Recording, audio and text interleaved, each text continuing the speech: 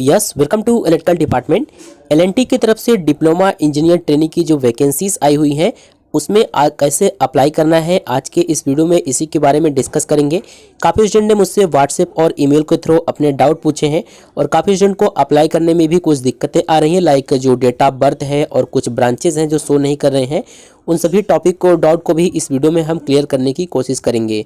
तो चलिए अब हम वीडियो को स्टार्ट करते हैं। अगर अभी तक आपने टेलीग्राम चैनल ज्वाइन नहीं किया है तो ज्वाइन कर लीजिए, लिंक डिस्क्रिप्शन में दिया गया है। एलएनटी कंस्ट्रक्शन कंपनी हायर कर रही है डिप्लोमा इंजीनियर्स को, जिनका डिप्लोमा 2025 में कंप्लीट होगा और इसमें जो पोजीशन रहेगा डिप्लोमा इंजीनियर ट्रेनिंग का।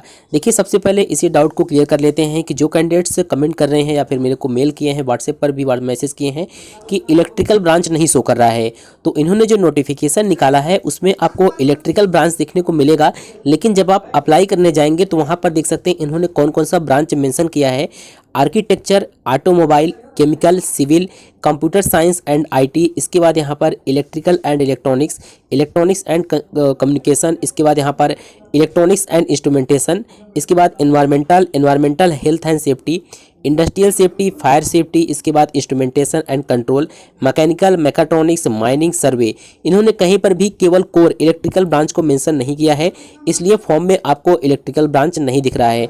हमने इसके रिगार्डिंग जो इनका असेसमेंट जो सपोर्ट जो मेल है उस पर मेल कर दिया है इस रिगार्डिंग, लेकिन मुझे लगता है कि इस बार ये इलेक्ट्रिकल ब्रांच वालों को, कोर इलेक्ट्रिकल ब्रांच वालों को हायर नहीं कर रहे हैं। और अगर आप इसके कोर इलेक्ट्रिकल ब्रांच है आपका, अगर आप अभी तक आपने जेईटी और डीटी की पोजीशन के लिए अप्लाई नहीं किया है तो अभी लिंक एक्टिव है, उसमें जाकर अप्लाई कर दीजिए, क्योंकि इसमें अगर ऐसा कुछ अपडेट आता है बाद में इलेक्ट्रिकल वाले एलिजिबल होते हैं तो आपको हम टेलीग्राम चैनल पर बता देंगे। लेकिन अभी के लिए इस वैकेंसी में इलेक्ट्रिकल, कोर इलेक्ट्रिकल वाले अप्लाई नहीं कर सकते हैं। लेकिन अगर आपका ब्रांच इलेक्ट्रिकल एंड इलेक्ट्रॉनिक्स है तो आप इसमें एलिजिबल हैं, अप्लाई कर पाएंगे। 12 मंथ का ट्रेनिंग पीरियड है, ऑफिस बेस्ड पोस्टिंग पर 2.5 लाख ये ट्रेनिंग के टाइम का सैलरी है, और प्रोजेक्ट साइट अगर पोस्टिंग होता है 2.9 लाख। ठीक है, इसके बाद इसमें अगर ट्रेनिंग पीरियड कंप्लीट हो जाएगा तो एक अलग आपको सीटीसी और स्ट्रक्चर किस प्रकार से प्रमोशन होता है, ये सभी कुछ के लिए एक अलग से वीडियो है।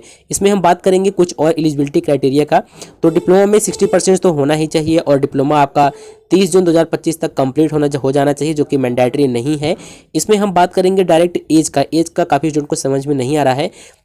तो देखिए, सिंपल सी बात है, अगर आपका जो एज है 1 जुलाई 2003 के बाद का है, यानी कि 1 जुलाई 2003 के बाद 2004, 2005, 6 है, और इसके बाद यहाँ पर अगर आपका एज जो है 30 जून 2007 के बीच, 1 जुलाई 2003 और 30 जून 2007 के बीच में आता है तो आप इसमें अप्लाई कर पाएंगे।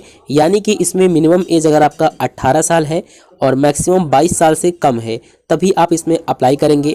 इसका यही मतलब है कि एलएनटी कंपनी अभी टारगेट कर रही है, और जैसे कि हर वैकेंसी में होता है कि वो फ्रेश स्टूडेंट को हायर करती है। अगर आपका डिप्लोमा के बाद आपने गैप कर लिया है या फिर आपका एज ज़्यादा है, यानी कि आपने ग्रेजुएशन के बाद अगर डिप्लोमा किए हैं तो वो सभी इसमें अप्लाई नहीं कर पाएंगे। 10th या 12th के बाद डिप्लोमा है, एज आपका 18 से 22 साल है तो आप इसमें अप्लाई कर पाएंगे। अप्लाई करने का प्रोसेस बिल्कुल सिंपल है। आपको यहाँ पर सबसे पहले आपका अपना पासपोर्ट साइज़ का फ़ोटो अपलोड करना है, जो कि 2 MB से कम का होना चाहिए। इसके बाद यहाँ पर आप किस स्टेट से अप्लाई कर रहे हैं वो स्टेट आपको डालना है, डिस्ट्रिक्ट आपका डिस्ट्रिक्ट क्या है। इसके बाद यहाँ पर आपको अपना आधार कार्ड में एज पर जैसे आधार कार्ड में नेम है वही डालेंगे, क्योंकि डॉक्यूमेंट वेरिफिकेशन के समय अगर डिफरेंट होगा तो आपके एप्लीकेशन को टर्मिनेट भी किया जा सकता है। आधार नंबर आप यहाँ पर फिल करेंगे। आधार नंबर में 4 डिजिट के बाद आपको स्पेस देना है। इसके बाद ईमेल आईडी बिल्कुल सही फिल करिएगा, नहीं तो आपका सिलेक्शन रुक जाएगा। क्यों? क्योंकि अगर ईमेल आईडी सही नहीं रहेगा तो आपके पास ना असेसमेंट का मेल आएगा, ना इंटरव्यू का मेल आएगा, ना तो ज्वाइनिंग लेटर आएगा, कुछ भी नहीं आएगा। ठीक है, तो ईमेल आईडी वेरीफाई कर लीजिएगा। इसके बाद मोबाइल नंबर भी, क्योंकि मेडिकल का जो प्रोसेस है इनका वो मोबाइल नंबर पे आपके कॉल आता है। इसके बाद मेडिकल का जो अपॉइंटमेंट है वो कंप्लीट होता है। ठीक है, इसके बाद डेट ऑफ बर्थ, आपका जेंडर क्या है, इसके बाद 10th का मार्कशीट और 12th में कितने मार्क हैं, और कॉलेज का स्टेट क्या है, कॉलेज का डिस्ट्रिक्ट, कॉलेज का नेम क्या है। कॉलेज नेम में हमने फिर से बता दिया है, अगर आपके कॉलेज का नेम नहीं है तो आप सिंपली अदर टाइप करेंगे। इसके बाद आप अपने कॉलेज का नाम डाल देंगे। क्वालिफिकेशन में देख सकते हैं आपने डिप्लोमा किया, डिप्लोमा और कौन सा ब्रांच, तो ब्रांच में इलेक्ट्रिकल नहीं आ रहा है, उसका मैंने बता दिया है क्या रीज़न है। ईयर ऑफ पासिंग, इसके बाद डिप्लोमा मार्क्स, आपका 5th सेमेस्टर के तो कितने मार्क्स हैं, और कोई भी अगर बैकलॉग है वो आपने क्लियर कर लिया है तो वहाँ पर 0 1 2 3 वो आप डालेंगे। कॉलेज कौन सा टाइप है आपका, गवर्नमेंट है, प्राइवेट है, या फिर आपका कोई एक अलग कॉलेज टाइप है वो आप फिल करेंगे। मोड ऑफ स्टडी आपने डिस्टेंस मोड में, पार्ट टाइम या फिर रेगुलर मोड में कंप्लीट किया है। इसके बाद रेज्यूमे के लिए हमने एक लिंक दिया है, वीडियो को डिस्क्रिप्शन में मिल जाएगा। बाकी diploma to telegram channel, career telegram channel पर भी फ्रेशर रिज्यूम कैसे बनाए उसका भी एक फॉर्मेट हमने दे दिया है, उसको कॉपी करके भी आप बना सकते हैं। और लास्ट में आप यहाँ पर जाएंगे, अप्लाई करेंगे तो इस वैकेंसी के लिए सक्सेसफुली अप्लाई कर पाएंगे। और इसके आगे का जो भी अपडेट होगा वो आपके मेल पर आएगा कि आप शॉर्टलिस्ट हुए हैं या फिर नहीं हुए हैं, आपका मेल असेसमेंट कब होगा, ये सभी कुछ जानकारी आपको आपके ईमेल पर मिलेगा। ठीक है, तो कुछ इस प्रकार से इसमें अप्लाई करना है। अगर अब भी कोई डाउट है तो कमेंट में हमसे पूछ सकते हैं। आज के इस वीडियो में केवल इतना ही, अब हम मिलते हैं नेक्स्ट वीडियो में।